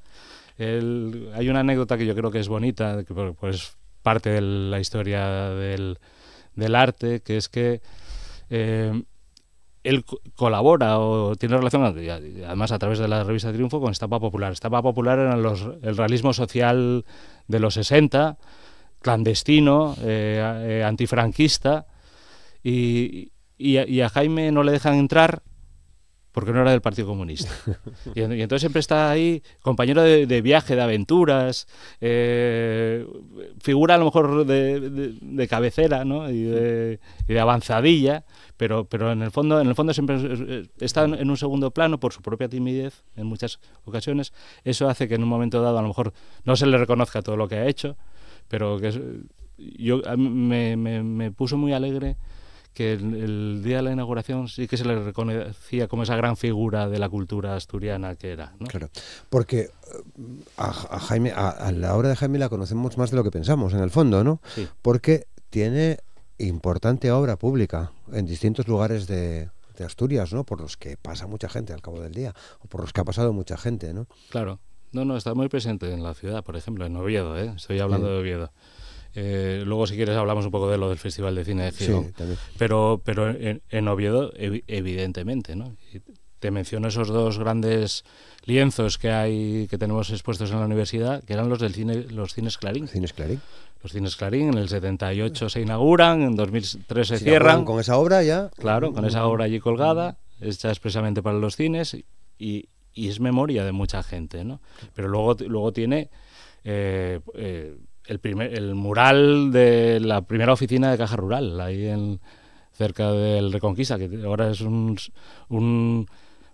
oficina cerrada, pero que ahí está el mural. Año 64. El mural de la Casa del Estudiante, de lo que luego fue el Instituto Asturiano de la Juventud y ahora vuelve a ser el Instituto Asturiano de la Juventud, y está ahí bien conservado, ¿no? Sí, sí. Y luego, por ejemplo, algo que conoce mucha gente, que es el Picos Jazz, Jazz Bar, sí, que tiene un panel exterior, sí, en el que Jaime, pues con su forma de trabajar, ¿no? Pues unía a personajes como Marilyn Monroe, Charlotte, San Juan de la Cruz y Herrerita, el futbolista del Real Oviedo. Me viene a la cabeza, sí, ahora mismo.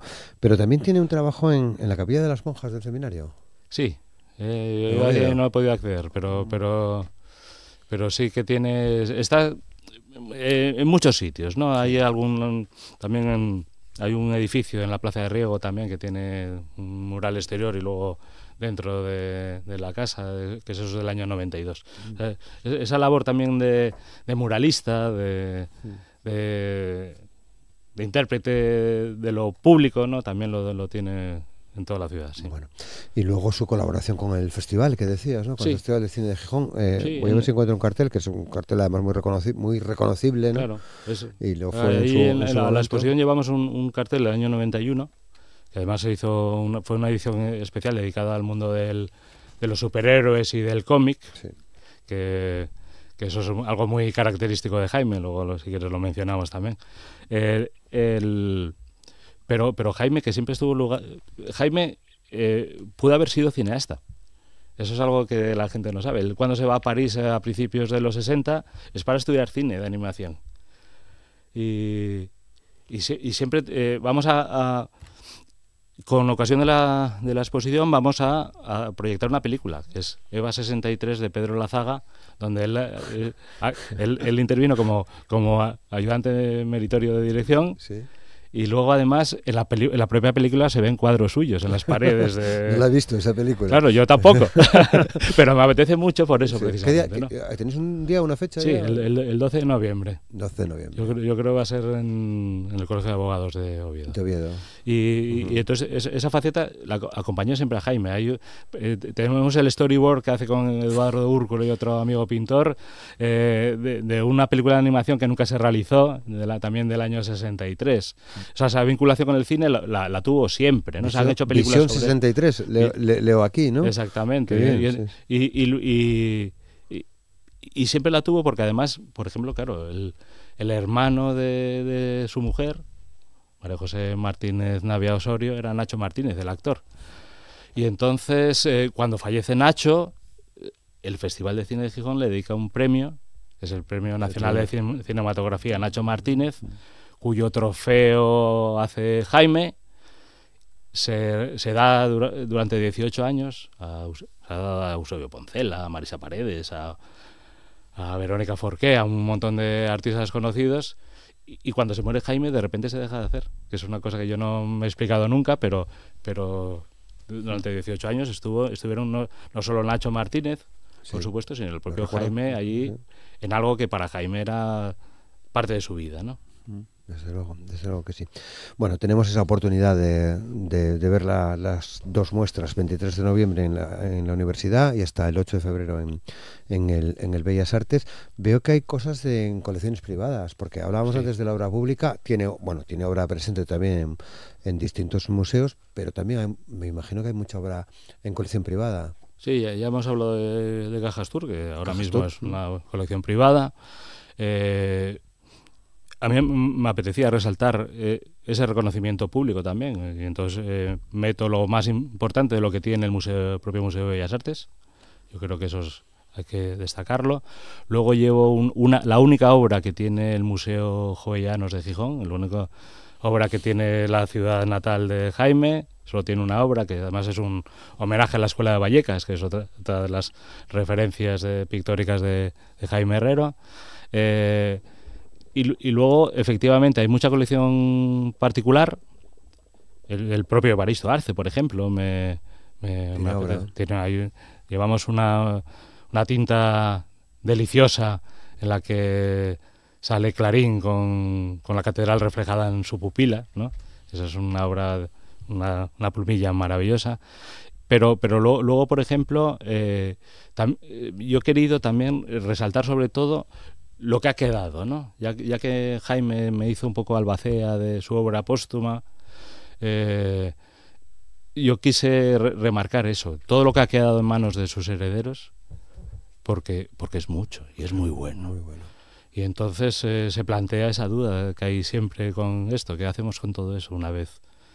Ya se ha hecho, yo hice la primera exposición póstuma en el año 21, llevé Los Refugios, que me parecía asombroso que no se hubieran podido ver en Oviedo, y lo habíamos intentado por activa y por pasiva.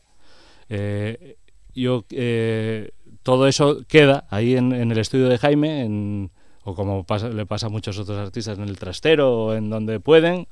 ¿Y qué sucede con todo eso? Cuando sabes que hay grandes obras maestras de su trayectoria, que los artistas suelen guardar mucho de lo mejor de lo que tienen, ¿y qué hacemos con todo eso? Entonces, esto es una manera de sacarlo. A mí me gustaría también llevarlo fuera, a ver si podemos hacer esa exposición en Gijón, que yo siempre he querido hacer, de Jaime Herrero, y que no consigo hacer. Hay que llevarlo fuera de Asturias. Con Los Refugios ya lo conseguimos, pero yo creo que es muy importante, ¿no? Claro.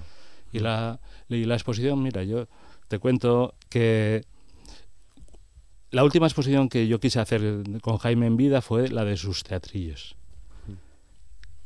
Por eso se llama el Gran Teatro de Sombras, por ejemplo, ¿no? Porque además cuenta muy bien esa visión calderoniana de la existencia que tiene Jaime, ¿no? Que todo el mundo es ilusión, es sombra, es sueño, ¿no? Pero también porque era lo que en sus años finales, que él dejó un poco ya la pintura, ya después de quedarse viudo, dejó la pintura y se dedicaba a hacer esos teatrillos deliciosos que él había hecho para Televisión Española, durante toda su trayectoria, y era lo único que le hacía un poco ilusión, ¿no? Y lo que le entretenía. Y entonces en vida yo propuse hacer una exposición de teatrillos. Él era un gran coleccionista de juguetes, de soldaditos de plomo, de teatrillos, y entonces propuse hacer una exposición que fuera su colección de teatrillos, los teatrillos que él estuvo haciendo toda su trayectoria, y además me iba a hacer 5 especiales contándome 5 episodios de su vida, ¿no? 5 momentos cruciales de su vida, cuando quemó su colegio cuando era un niño, o sea, ese tipo de anécdotas que hubiera sido una exposición deliciosa, ¿no? Claro. Lo que pasa que luego, ya una vez fallecido, me pareció que era mejor exponer esa última serie que no se había visto en Asturias, de los refugios, y ahora en esta exposición sí que puedo recoger esos teatrillos, y la verdad es que me parece que se cierra un círculo, ¿no? De todas formas, hay material para seguir. Claro. Hay material. Sí, como todos los artistas hay material. Él guarda mucho de series importantes como El Engendro, del 73-75, que habla de los estertores del franquismo, por ejemplo, una obra muy fuerte, muy poderosa. Sí, pero no se andaba con chiquitas, como se suele decir, ¿no? Incluso estaba analizando este mural que mencionabas, el único que hay en Gijón, el de la Escuela de Vallecas, y creo que tendremos que hacer una visita a verlo, ¿no? Porque no está expuesto, normalmente no está expuesto. No se puede ver. No está expuesto, no suele estar expuesto. Es una pena, porque pero es una estupenda obra. Se recoge, me da la sensación que tiene muchos matices, ¿no? No, mira, esa es Entrada de Cristo en Gotham. En Gotham, perdón. Que es su última gran obra, que es un tríptico también, y que ahí mezcla, mira, ahí mezcla con esa ironía que le caracteriza. Se me pegaban las hojas, espera. Entrada de Cristo en Gotham une a Ensor, el expresionista belga del que él era muy devoto, con Batman. Claro. Entonces ese doble mundo de Jaime, él era un gran aficionado al cómic, era un gran dibujante de cómic. Él hace para Asturias Semanal, por ejemplo, yo tengo recogido pues lo que hacía en el año 69, ¿no? Que fue el primer asturiano. La última aldea gala era el Asterix y Obelix asturiano, está en el año 69 en Asturias Semanal, ¿no? Muy bien. Bueno, Luis, igual puedes venir todavía antes de que se clausure la muestra, seguramente, ¿no? Y seguimos charlando sobre la figura de Jaime Herrero, sobre su obra. Nos quedan muchas cosas que comentar, porque hizo, si no me equivoco, portadas de libros, hizo carteles, hizo una obra ingente. Todo eso se muestra, además hay alguna vitrina donde se ven detalles, ¿no? Detalles, ¿no? Que son los que hacen las grandes cosas, ¿no? Claro, los detalles. Exactamente. Un placer, como siempre, Luis, tenerte con nosotros. Muchas gracias por el catálogo, y recomendamos esta visita hasta el 23 en la sala de exposiciones del edificio histórico, en la calle San Francisco. Damos un paseín y bajamos hasta el Museo de Bellas Artes, o lo hacemos al revés, cada uno que elija. En el Museo de Bellas Artes hasta el 8 de febrero. Luis Feas, un placer, como siempre. Muchas gracias.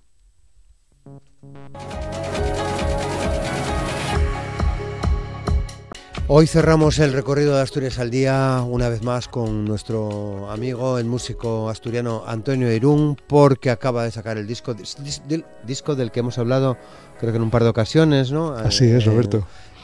Coincidiendo con la edición de alguno de los singles, pero ahora ya desde el otro día, así el 20 y algo de octubre. El 23, me parece, jueves 23. Jueves 23 de octubre, o sea, hace una semana. Hace una semana. Más o menos.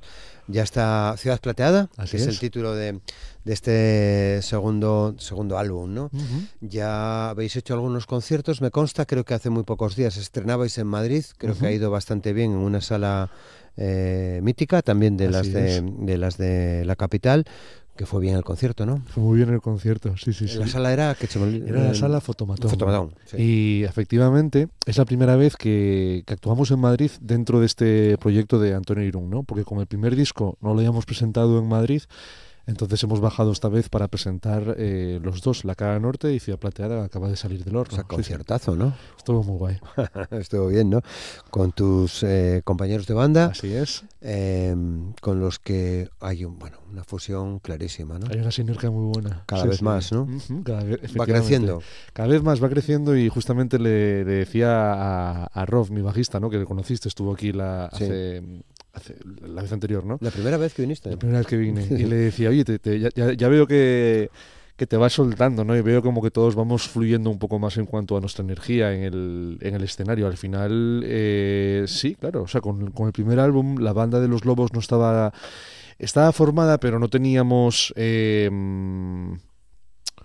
pues no teníamos a lo mejor igual tanta fuerza como podemos tener ahora a la hora de presentar nuestras canciones, ¿no? Y esa energía, esa fuerza van a más. Vale.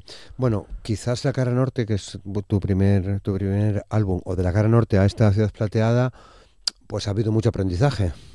Bastante, sí. Para todo, ¿no? Para todo y para todos. Claro, cuando con La Cara Norte yo volvía de Madrid a Asturias y yo me introducía un poco en la escena musical participando en micros abiertos en La Salvaje, que fueron maravillosos y muy necesarios.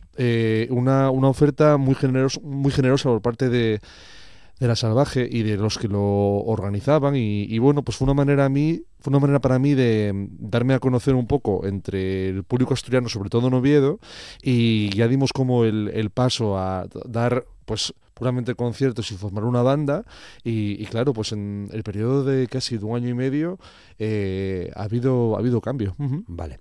Bueno, vamos a escuchar algunas de las cosas que están en Ciudad Plateada.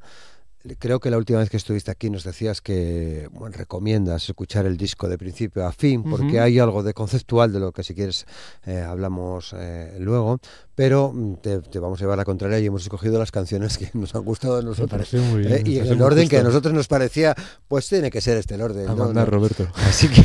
Así que vamos a empezar porque hay aquí una pieza que se titula Salto, que podemos escuchar ya algunos fragmentos.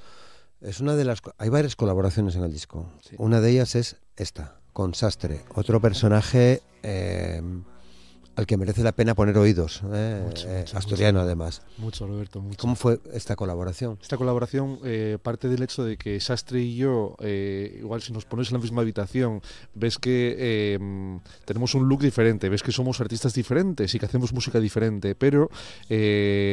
los dos escribimos y componemos canciones. Los dos somos cantautores dentro de nuestro propio estilo. Hay Sastre donde le ves con ese look, ¿no? Siendo él un enorme fan de Nick Cave. A lo mejor igual no le colocarías a mi lado de inmediato, pero es una persona... ¿Qué pasa? ¿Que no te gusta Nick Cave? Me encanta Nick Cave, vale, pero es una persona, Sastre, tan cálida, tan amable, tan campechana, que hicimos mucha amiga, ¿no? Cuando yo volví de Madrid, nos hicimos muy amigos y compartíamos gustos musicales e influencias, aunque no lo parezca, y entonces pues decidimos colaborar. Tenemos una colaboración que está pendiente de ser terminada, pero para este disco quería que su voz también estuviese presente en una de las canciones y Salto me parecía un ejemplo perfecto. Pues Salto, Antonio Irún, Sastre. Y me he puesto a Rigoberta.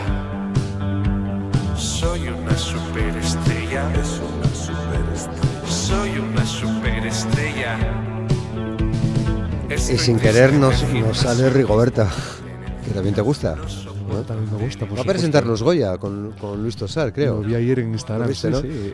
Al final, como que yo entendí que con este disco también quería ser, incluso honesto con mi sentido del humor, ¿no? Y literalmente un día estaba en el gimnasio al que voy y estaba escuchando el álbum de Rigoberta, Jesucristo Superstar, y hay canciones más introspectivas, ¿no? Y decía, ostras, me está dando un poco de bajona, pero también hay mucha belleza en esto, ¿no? Y entonces, bueno, pues se me ocurrió incluirlo en la letra de la canción. Bueno, muy bien. Bueno, pues es una de las colaboraciones que aparece en Ciudad Plateada con Sastre. Hay otra colaboración, supongo que sabes que somos muy fan aquí. Yo me incluyo también, ¿eh? Te incluyes, lo sé que te incluyes, porque nos parece uno de los mejores trabajos que hemos escuchado, sin detrimento de los demás, ¿no? Porque las cosas que nos gustan las decimos. Las que no nos gustan, igual no hablamos de ellas, pero las que nos gustan, los decimos. Otra de las colaboraciones es con Celia, la voz, la guitarra de The Femme. Así es. Maravillosa. Por supuesto, maravillosa. Claro, ¿qué te voy a decir de Celia? Que no sepas ya. Sé que les viste en el Argallo. Sí, estuvieron aquí además. Además estuvieron aquí, yo escuché la entrevista. Pues claro, o sea, es que ¿qué puedo decir? Pues Celia es maravillosa como artista, como intérprete, como compositora. Y bueno, pues cuando estaba escuchando la secuencia del álbum de este Ciudad Plateada y llegaba Flotando en el Mar, que ya estaba grabada, yo sentí que necesitaba un contrapunto vocal femenino, ¿no? Y qué mejor opción que Celia en este caso. Celia y yo somos grandes amigos también, y entonces la decisión fue natural, genuina, y así se produjo. Muy bien. Pues así suena Flotando en el Mar. Flotando en el mar, sin llegar a hacer pie y descansar. Flotando en el mar, sin poder respirar. Estoy llegando a pensar que... Bueno, quien se interese por Ciudad Plateada, hay 10 canciones, mejor de principio a fin, y luego ya vamos eligiendo, ¿no? Pero claro, esto no lo sabe, yo creo que no lo sabe ni Amor Argüelles, que es el 50% de Asturias al día, porque no he escogido esta canción, la pondremos en otro momento. Pero hay otra colaboración que ahí me ha llegado mucho, porque bueno, pienso que es uno de los mejores letristas y uno de los mejores músicos que tenemos en Asturias, y es que hay una canción como Sonic en la que haces la letra en colaboración con Javi Ballina, Javi Bueno. Sí. Y somos muy fan de Javi Bueno. Sí, por supuesto, y Javi es maravilloso.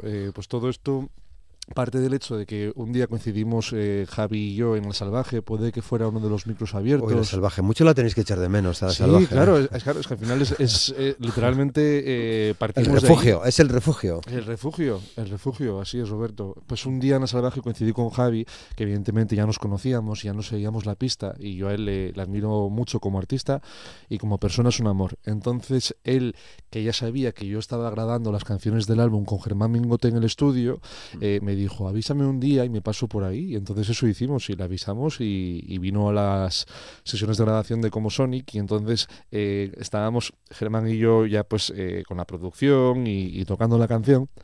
Y entonces Javi me dijo, tráeme aquí la letra que voy a echarle un vistazo, ¿no? No sé qué, estaba mirando. Y bueno, pues hay un número de sugerencias que él hizo, y al final pues su contribución ha sido importante para la canción y muy preciada. Y entonces pues por supuesto tiene un crédito de composición. Como Sonic es un personaje de una de las maquinitas, ¿no? Así es, de Sega, sí. ¿Os causó tanta sensación? El otro, es que qué casualidad, ¿no? Estas cosas que pasan a veces en la vida. Ayer o antes de ayer escuché a alguien decir que la importancia que tuvo Sonic para nuestra cultura. Sí, bueno, claro, al final es que va todo un poco, hablabas de la secuencia de Ciudad Plateada, del concepto que puede tener. No sé si el concepto que tiene el disco es muy lineal, pero sí sé que las referencias están ahí.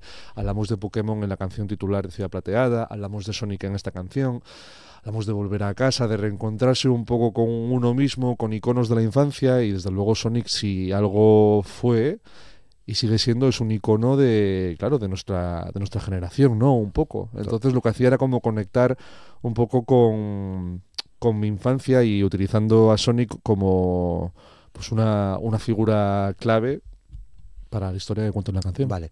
10 canciones.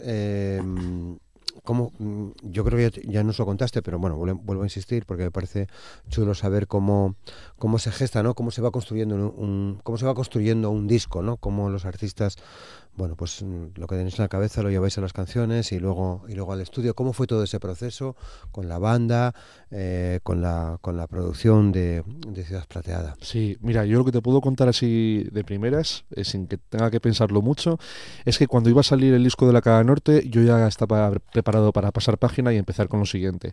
¿Por qué? Porque la mitad de las canciones de La Caga Norte me parecían tristes al escucharlas, me removían, y eran canciones que no me iba a hacer especial ilusión tocar en directo, sinceramente. Entonces tenía ganas un poco como de decir, esto necesitaba compartirlo, hago el ejercicio de compartirlo, pero ya paso página y me pongo con lo siguiente, ¿no? Entonces, pues sí, recuerdo estar en mi casa en Oviedo y tener en esa época mucho tiempo libre y a cada día una canción nueva. Y ya cuando pude, pues las iba llevando a Germán y íbamos trabajando en el disco.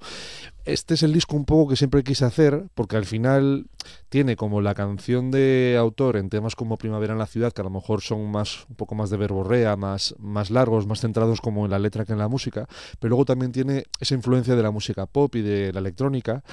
Y bueno, siento que es algo que... Siento que cuando escucho las canciones de este álbum aún conecto con ellas, las siento muy presentes, ¿no? Entonces, bueno, es algo que quería hacer. El proceso de composición y grabación fue bastante divertido. Y grabar y producir con Germán Mingote pues fue muy fácil, porque al final ya veníamos de haber trabajado en el disco anterior y de conocernos bien en cuanto a cómo funcionamos ambos en el estudio. Y entonces pues fue un proceso muy natural. Es verdad que en La Cara al Norte estabas como más tristón. Mucho más. Incluso la portada es... Sí, es como una sonrisa así, un poco en plan como... Sí, bueno, sí. Sonrío porque tengo que sonreír, ¿no? Sí, es un poco así, la verdad, sinceramente. Y ahora, sin embargo, tengo la sensación, por las veces que charlamos, Antonio, que hay mucho que celebrar, ¿no? Que tienes muchas cosas que celebrar. Hay mucho que celebrar y sobre todo me parece que lo más bonito es celebrarlo en compañía. En compañía. Claro. Celebrarlo incluso fuera de mi banda. Celebrar que en este momento pues hay mucha música muy interesante que está naciendo en Asturias, ¿no? Tenemos los proyectos de Ferla Mejía, Tania Pereira, Rita Ojanguren, Celia, seguir más lejos. Entonces, qué bonito es hacer música y qué bonito también es compartirla con amigos tuyos que también están creando, ¿no? Es algo espectacular. Claro. Bueno, no sé si sabes qué canción fue la que me llegó de Ciudad Plateada, que vamos a escuchar ahora. ¿Vale? Que... La verdad es que flipé con ella, incluso hoy todavía, ¿no? Me parece una maravilla de canción esta. Es el número 2, Bratislava. ¿Vale? Me pregunto a veces si buscabas algo para mí. Sé que soy 10 años más joven, más me empeño en pedalear la cuesta de embajadores. Si arriba espera un buen galán. Hace frío en Bratislava. Creo que hace mucho frío en Bratislava. Antes, cuando estuve en enero del año pasado, lo puedo atestiguar, hizo mucho frío. Qué canción, qué bonita. Muchas gracias. Y, no sé, pegadiza además, no sé, me entró muy bien. No sé si te han dicho algo, si has recibido algún feedback del disco. He recibido feedback del disco y creo que las dos canciones así un poco que a la gente de primeras igual, como dices tú, les llegan, ¿no? Una de ellas es Bratislava y otra es Salto. Esas dos canciones están gustando bastante. Bueno, ¿cómo están siendo los directos? ¿Cómo llevas todo esto que escuchamos aquí al directo? Mira, ¿cómo lo llevas con la banda? No sé si tú y yo lo hemos hablado o me has preguntado al respecto, ¿no? Y yo no sé si es porque tengo a lo mejor mucha cara o me gusta a mí mucho lo de ser el frontman, ¿no? Y ser un showman, siempre he sido un poco showman, pero últimamente la gente me pregunta, ¿y no estás nervioso antes de subir al escenario? Y yo, pues la verdad es que no, o sea, es que me siento en casa encima del escenario, ¿no? Al final creo que también... Por ejemplo, una persona como yo, haber reprimido como muchas facetas de mí durante igual la infancia, la adolescencia, ¿no? De repente estar en un buen momento en tus 30 y yo qué sé, pues tener un proyecto, no sé, te hace sentirte con bastante confianza a la hora de defenderlo, ¿no? Pero por contestar a tu pregunta más directa en cuanto a cómo están siendo los directos de la banda, están siendo muy divertidos, están siendo realmente un acto de celebración, ¿no? En el que estamos presentando ahora mismo ya 5 canciones de este álbum y luego sí que hacemos un par del anterior, las que son más livianas y ligeras. Sí. y también incluso incorporamos normalmente una de las canciones que hicimos con Virginia and the Wolf, que se titula Radio Cassette. Y sí que con este espectáculo que damos como Antonio Irún y los Lobos, incluso el que estamos haciendo este año es bastante más pop que el que hacíamos el año pasado. Y me parece que de aquí solamente podemos ir hacia más e ir hacia mejor un poco, ¿no? Como ver qué es lo que funciona mejor, qué es lo que podemos mejorar y bueno, ir perfeccionando cosas. Vale. Sastre colabora en 2 canciones, si no me equivoco, ¿no? Sastre colabora en una canción de este disco y luego tenemos una colaboración ahí pendiente para el cual tenemos la música compuesta, pero tenemos que ponernos con la letra todavía. Vale. Y está también Manu Rau. Manu Ro está también en el disco, es uno de los miembros de mi banda, concretamente el teclista, y lo que pasó fue que en las sesiones de Salto también estaba él presente en el estudio y también hizo los coros, ¿no? Entonces está ahí envuelto en Ciudad Plateada. Qué bien. Bueno, ya está, ya lo tiene físicamente, se puede comprar, ya lo tienes en las tiendas, se puede escuchar, ya me imagino, también en las plataformas. Mira, Roberto, el álbum lo tenemos disponible digitalmente en las plataformas, en streaming, ¿no? Físicamente no tenemos todavía la edición preparada, estamos viendo todavía también pues cómo funciona el disco y analizando las posibilidades. Entonces, si es posible, igual para el año que viene pues hacemos alguna edición. Estamos también explorando ideas de formatos y viendo a ver qué merece la pena. Vale. Bueno, atentos en cualquier caso a tus redes sociales, ¿no? Que es donde está toda esta información. Y ya llevas un tiempo tocando, probando las canciones en distintos conciertos. Hablábamos del Fotomatón en Madrid recientemente, pero tenemos una cita, creo que muy cerca, en Oviedo, ¿no? Así es, tenemos en Oviedo como parte del tercer Festival Emergentes. Festival Emergentes es una propuesta maravillosa y muy importante para nosotros como músicos en Asturias, gracias a Marta y Guille y todo el equipo de Emergentes. Nosotros tocamos este domingo, como bien dices, creo que es domingo 2 de noviembre, puede ser, sí, en el Espacio Flechazu, en Oviedo, a partir de las 4 de la tarde. Tocamos en compañía de Eli Barahona, que es muy amiga nuestra. También estuvo en el programa. Ha estado en el programa contigo. Tiene un gran disco. También producido por Germán. Ya sabes que al final todo queda en casa, somos parte de la misma familia. Y eso, vamos a estar el domingo. Y si tenéis tiempo, también el sábado hay más Festival Emergentes, que también tocan, me parece que Triple Malta, Los Acebos y unas bandas muy interesantes y muy buenas. Vale. Además de lo de Oviedo, todavía tenéis citas por delante, ¿no? Tenemos una cita por delante ya fijada, que aún no hemos anunciado, pero lo haremos pronto. Y bueno, y el plan es seguir añadiendo citas. Seguir añadiendo fechas para conciertos de Antonio Irún y Los Lobos para presentar esta Ciudad Plateada. Así es, Roberto. Que nos encanta, que nos alegra mucho que nos lo hayas presentado aquí prácticamente desde el origen, desde la primera canción. Para mí es un regalo haber contado con tu apoyo desde el principio, no lo olvido. Muchísimas gracias. Pues nos vamos, si te parece, con la canción que da título al disco. Antonio, un placer, que tengas mucha suerte. Muchas gracias, Roberto, como siempre. Muchas gracias. Pues con Ciudad Plateada de Antonio Irún y Los Lobos nos despedimos. Muchas gracias por estar ahí. Mañana estaremos de nuevo con todos ustedes. Disfruten de este miércoles. Hasta mañana. Feliz día.